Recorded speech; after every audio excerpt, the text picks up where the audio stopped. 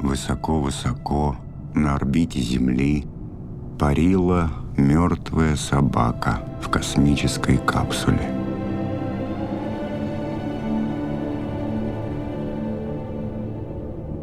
Ее звали Лайка, и когда-то она жила на московских улицах.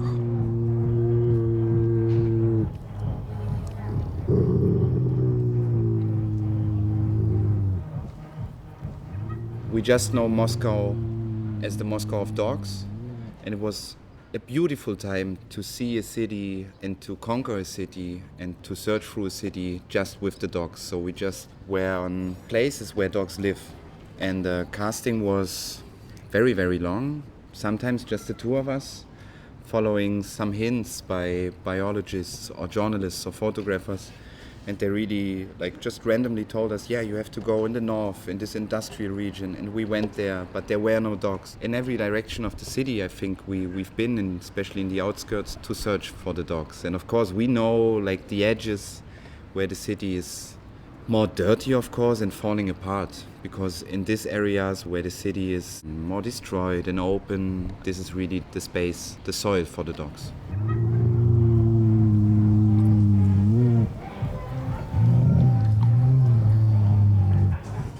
Actually, it was interesting when we arrived in Moscow. Everyone told us, you come too late, the dogs are not here anymore. You should have come 1 month ago or 2 years ago or 5 years ago. The whole city was full. And of course, we've seen images, especially from dog activists who helped us a lot, who take care of stray dogs in Moscow and save them if they are in trouble. They told us that it was really full, and they showed us videos where the same area, especially where we were shooting, it were not 5 dogs, not 15 dogs like now maybe in this area. There were 50 or 80 dogs in this place. At the railroads, for example, we've seen images, it was full of dogs, really full. And now with the current governmental decisions, they want to get the city clean and proper and organized. So they really try to catch the dogs and put them into the cages like you see in the film. So there are these huge shelters in industry areas, really far away from the humans. They're locked away. Of course, there are still dogs. We found them, but in the first moment we thought, okay, fuck, we're wrong, we're too late. It was really frustrating the first weeks because we came, the idea was there, we were ready to go and ready to start, but the dogs were missing.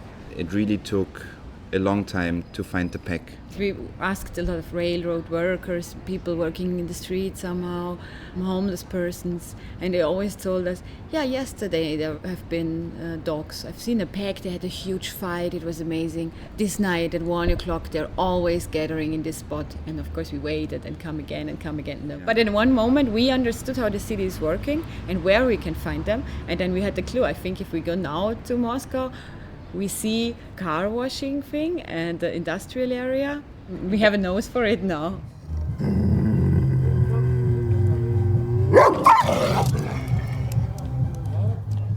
Really the initial idea was first to make a film about a pack of stray dogs, and there was no Laika yet in the story. Already in this idea we thought we want to make a film. My parents were dog breeders, and so as a child I always had this sensation of being small and looking into their eyes. And there I learned their language, understood to communicate with them. And this was for me as my first directing work. I wanted to put this childhood image somehow on the cinema screen with cinematic language to really have an encounter where we, on the contrary to Disney and other films who are putting a role on the animal and then presenting it to us. We wanted to create something where we let the spectator really read in them. And that's why it was very clear from the beginning that we want to have a very high-class look and that we want to put them in the place where we are used to see humans as actors. So we want to make them stars somehow.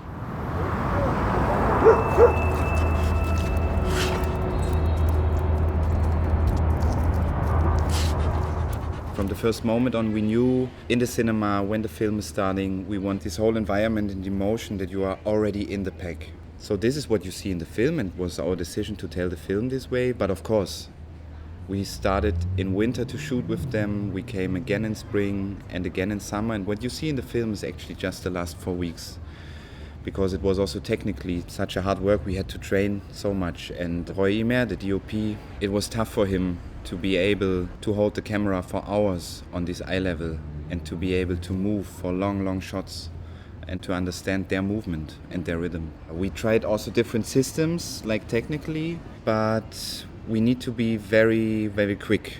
And this was the main thing. I mean, sometimes the dogs sleep for 3 hours and we were sitting and watching them and just waiting for them to wake up and do something. And then also we took a break for 3 hours and the whole team was sitting on the ground next to the dogs. But then from one moment, they are running and going into the night and biting into cars. So we had to be always ready. It was all a balance to find the right camera system. And Roy really invented a system with some technicians together to be able to follow them. And then not run for 10 minutes, it was running for 2 hours. One of our main duties there was in these moments of nothing is happening, even for days, always to stay like confident enough for the two of us and for the team and to say it's gonna be a long film. But in the last days they started to wait for us and then like really waiting for us to guide them. And then we realized, no, it's over. It's over. Yeah, it was really, we often arrived at 2 a.m. and start our shooting this night because that was their time. So this was always exciting, but in the last days they were standing there and waiting for us to come. Sometimes I felt a bit like they know that they're acting in the movie. Yeah. Ее звали Лайка. И когда-то она жила на московских улицах. Лайка была первым живым существом, запущенным в космос. We wanted to have a sound perspective of these dogs. And for the camera, we had to invent something. We could not ask for usual techniques how to film down there. And for the sound, it was the same. We also had to invent how to be able to collect these very tiny sounds the dogs are making, the footsteps in this very noisy city. Moscow is really a very immensely loud city. And so this was clear we wanted to have this sensation because sounds for the dogs is a very important thing in the world, to orientate, to check out what's going on everywhere. A lot of the sound you hear in the current layer of the pack is on recording, but from each dog we made Foley recordings there for footsteps on different patterns with every dog, because every dog foot has a different sound.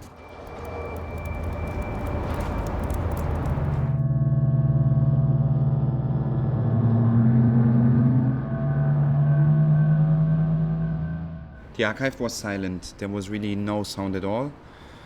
And so Jonathan Shaw had really to start from nothing. And together with him, we were thinking a lot like how to structure this, because everything was possible. And we like a lot sci-fi movie. I think it's from the 70s, Andromeda's Strain. And there we were so amazed by how they created the sound of the rooms. Also when there's nearly no voice or no movement, but there is this certain atmosphere they created. And so Jonathan started to collect a lot of noises that rooms can make. And he started from them. Then he started to put like what you see. And then he also created a lot that could possibly happen off screen. There is maybe someone walking in the next room, or maybe there's a door closing. And then it became richer and richer. We also wanted to disturb a bit the perception of the sound in the archive and to irritate a bit, to make it like obvious that this is a collage.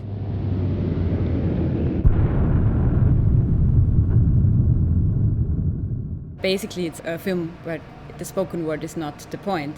And so we also recognize it's so important to add to the editing, also the soundscapes.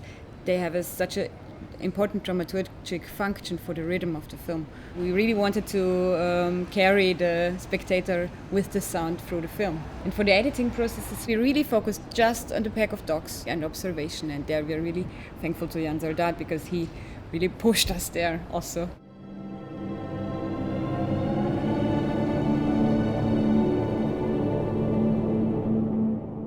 We wanted to create a film when you come out of the cinema that you think of these animals differently.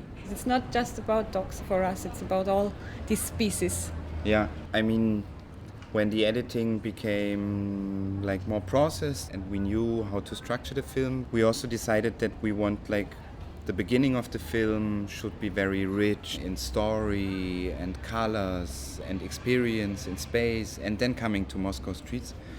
But we always wanted to let the film, with every ongoing minute, like more free, much more dedicated to the dogs, to their movements, to their behavior and their language. The other thing we knew back then was then that in the end there must be a turning point again, a very important one, and not to leave the spectator just in the comfort zone of these like dog movements and dog life. We always wanted to make one last shift to bring it into more sci-fi direction, and this is why we placed the story of the turtles in this moment.